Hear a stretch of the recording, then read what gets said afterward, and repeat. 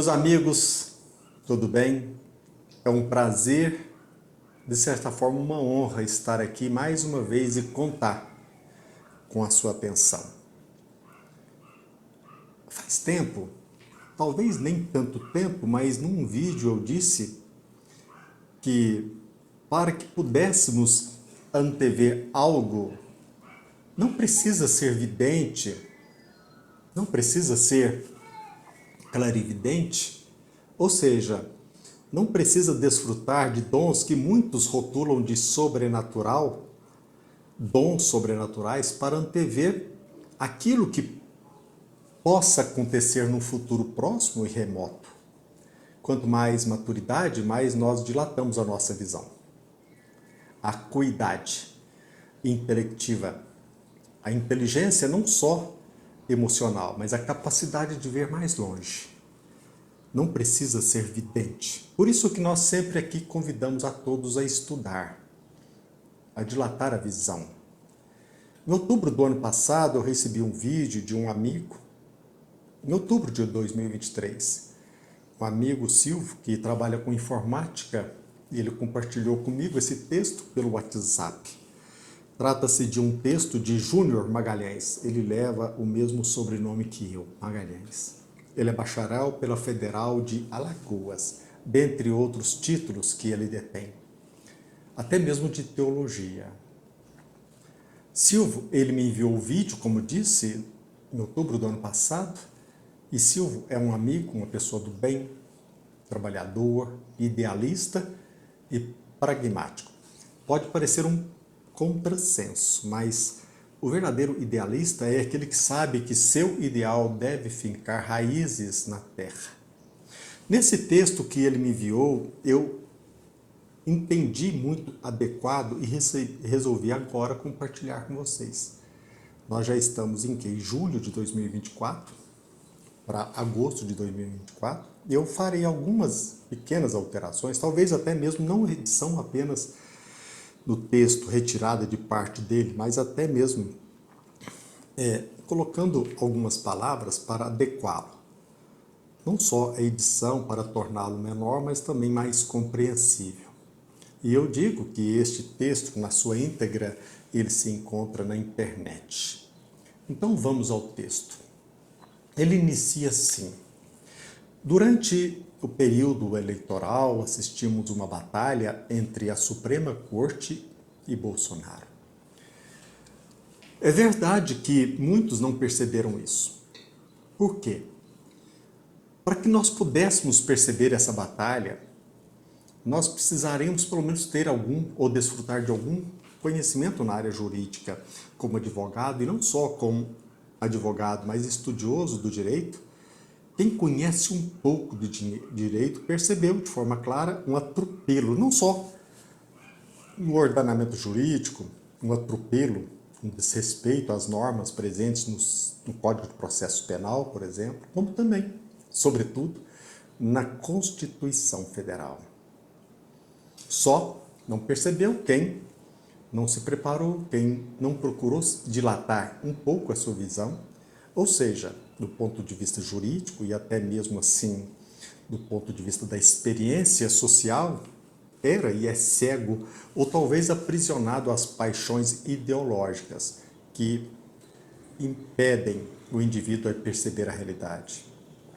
E é por isso que eu convido a todos aqui, com todo respeito à conscientização. Se nós queremos dilatar a nossa visão, que nós nos preparemos. Então, continuemos com o texto.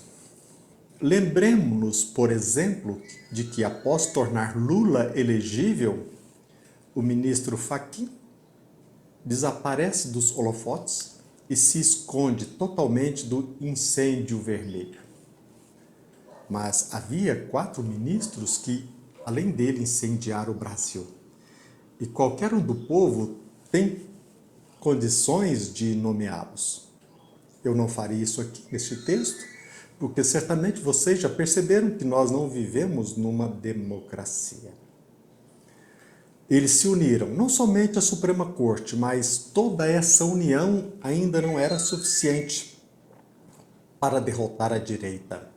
Eu não sei se vocês estão percebendo, mas no mundo inteiro, por conta das redes sociais, a conscientização, a direita tem crescido bastante, os conservadores. Continuando então acerca desta união, com o mesmo propósito. Foi necessário que os petistas, tucanos, chegaram até mesmo a pedir ajuda à terceira via. Toda a classe política da antiga república se unia em um ato de desespero. O sistema se desesperou e assistimos, penso que estamos assistindo até hoje, a velha mídia e estes jornalistas, a velha mídia e estes jornalistas mostrarem a sua verdadeira face. Censuraram de forma mais descarada, prenderam, chegaram a desmonetizar canais no YouTube, sequestraram patriotas, colocando-os na cadeia, até mesmo torturando-os de forma psíquica, infelizmente, com a total omissão da OAB e do Ministério Público, cujas instituições representam a luta pelos direitos humanos. Eles pensaram em vencer de qualquer forma, mas esqueceram o dia depois do amanhã.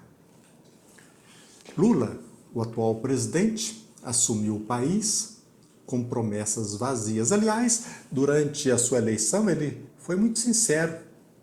Ele não disse, ele não prometeu nada, mas logo no início ele começou com promessas vazias. E ele precisa cumprir hoje. Ele precisa cumprir hoje o que antes ele já sabia que não poderia cumprir. A aliança, então, a aliança entre esses partidos se rompeu.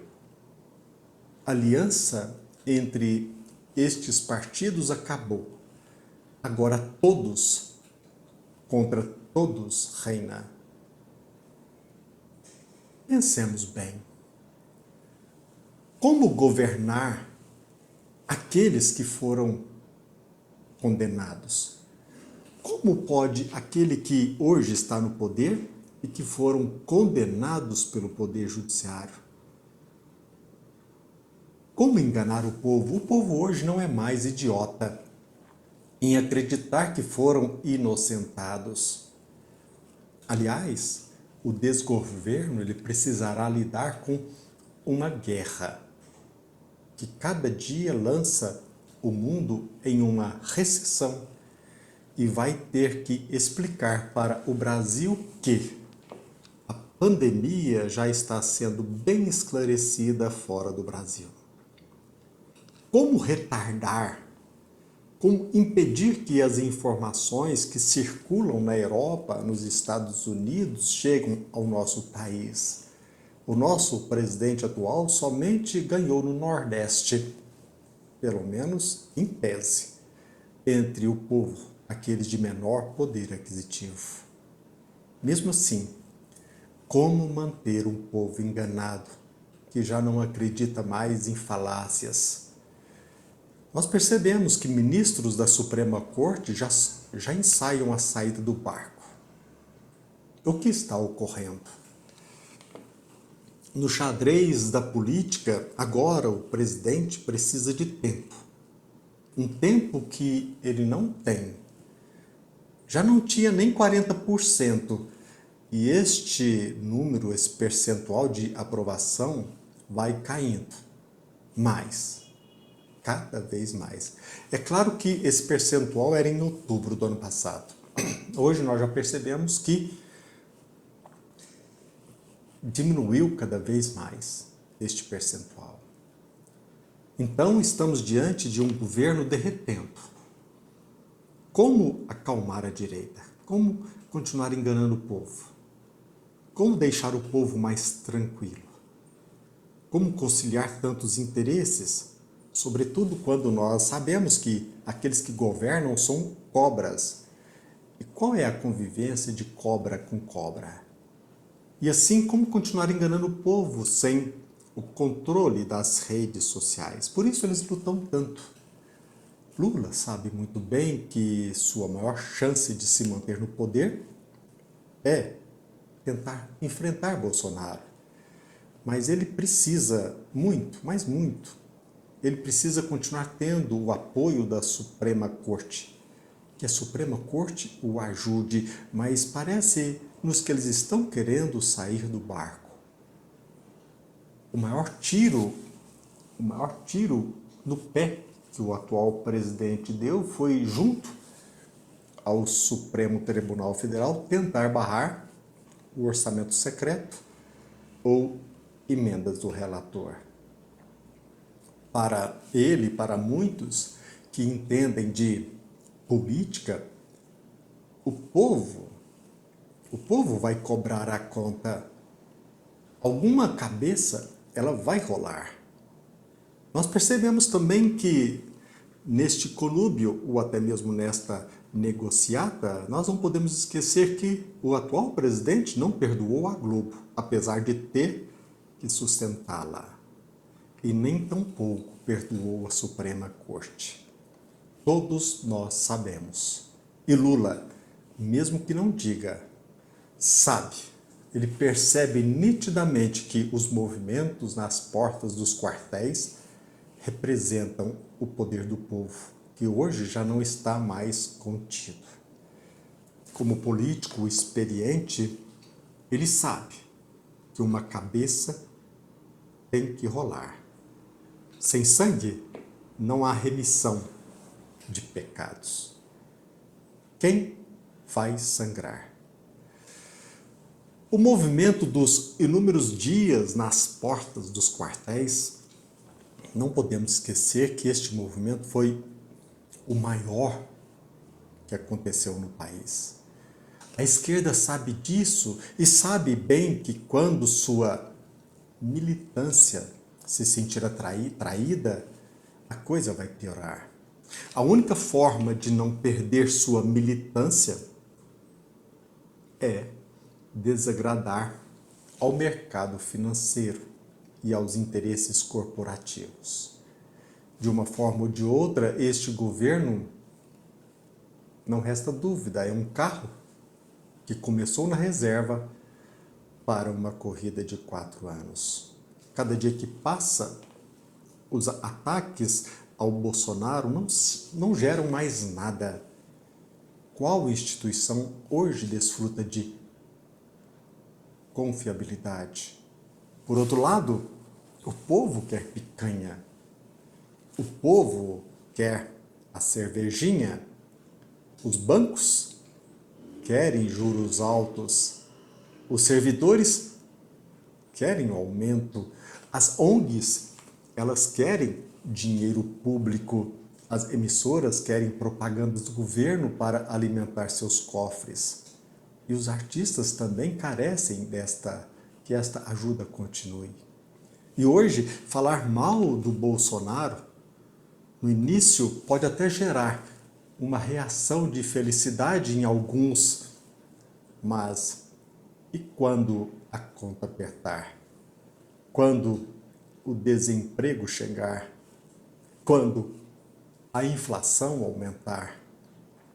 Quanto tempo o atual presidente aguenta, tendo todo o sistema ao lado do seu vice? Como aguentar os aliados, todos eles, dia a dia, pedindo uma estatal e cargos? Como aguentar os petistas e aliados totalmente envolvidos com o que há de mais corrupto no Brasil? Como fazer as estatais darem lucro com tantos corruptos condenados gerenciando? Este governo do PT será como o de Getúlio Vargas. Será o fim de uma era. Um sistema que era doente, em estado terminal, que teve aquela melhora antes da morte. Quem nunca ouviu falar que alguém melhorou de uma situação de doença? e logo depois faleceu. Este é o sistema agonizando, esperneando e totalmente nu. Sim, meus amigos, o sistema está nu. Eles não conseguem esconder que são corruptos.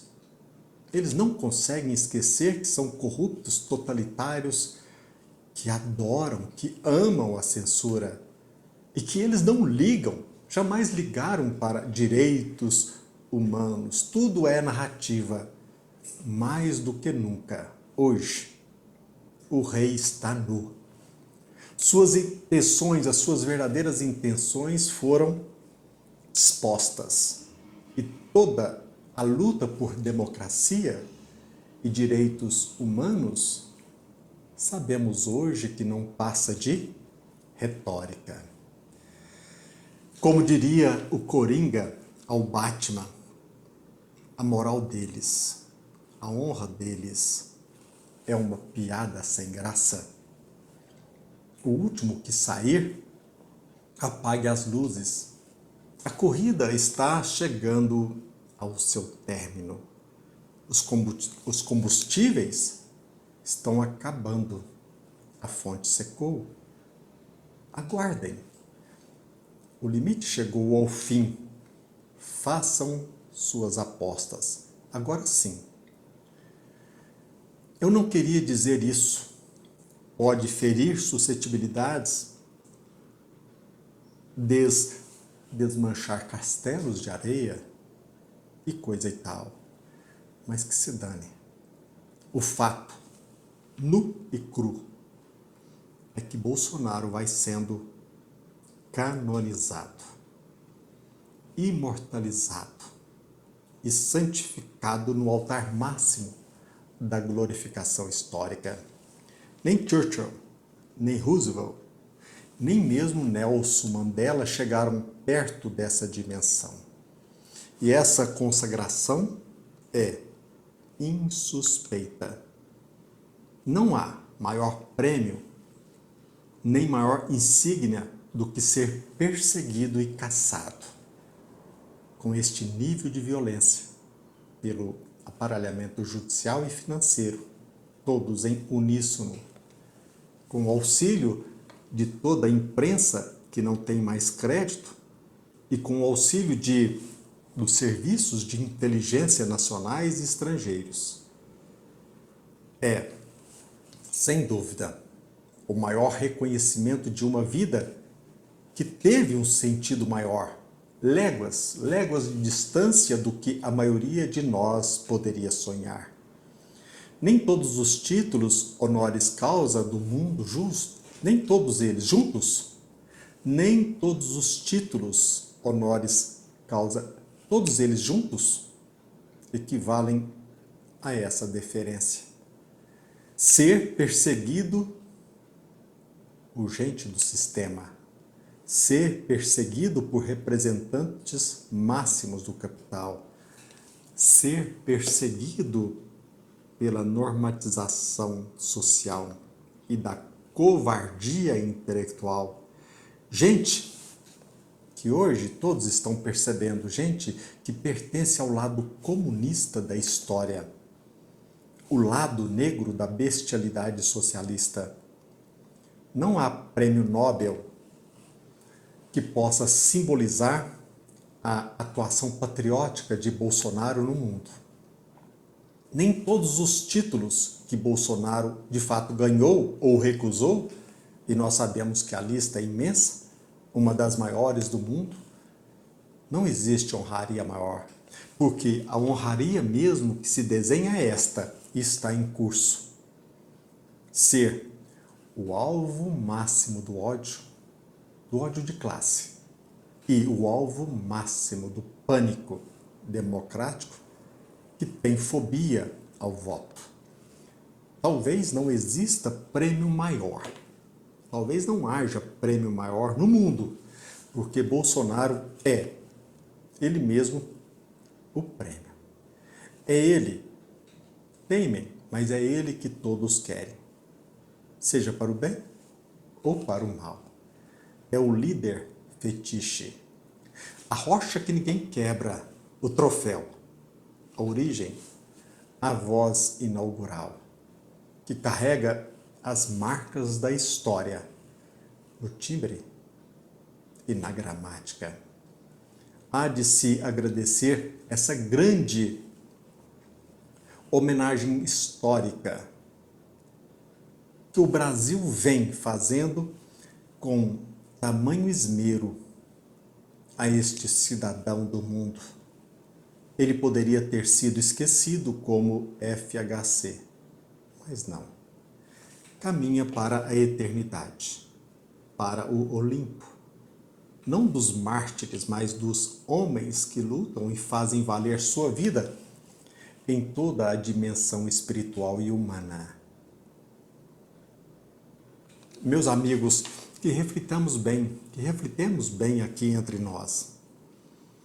Talvez os mais jovens não tenham, talvez por falta de experiência e até mesmo pelo diminuto tempo de existência, sobretudo num país onde não se conhece história, talvez tenha sido a primeira vez que um homem eleito pelo povo, ele lutou pelo povo, ele bateu de frente com interesses de muitos capitalistas, ele defendeu o povo e, para muitos de forma tresloucada, ele se afastou da mídia, ele não financiou mais a mídia, provocando cada vez mais ódio. Talvez por isso as pessoas não entendem por que ele é tão assim admirado. Durante o mandato dele, a pandemia, e pasmem, ele diminuiu a carga tributária e o Brasil chegou a ter superávit. Percebamos bem, ele nomeou para presidente do Banco Central aquele que recentemente foi considerado o melhor presidente do Banco Central de todo o mundo. Durante o mandato e numa pandemia, o nosso governo, o país, chegou a ter uma inflação menor do que os Estados Unidos. É claro que ele se equivocou. Nem sempre ele é polido ao falar, mas tenho certeza que jamais nós tivemos um presidente que colocou a sua vida em risco. Imaginemos, numa via pública, alguém tentar nos matar com uma faca. Talvez uma faca de dimensão quase pouco considerada, mas que ele, muito embora tenha sido internado, passado por cirurgia, ele não se intimidou. Ele não cedeu ao sistema. Existe um santo para governar o nosso país? Será que nascerá aqui na Terra alguém que seja perfeito? É claro que não.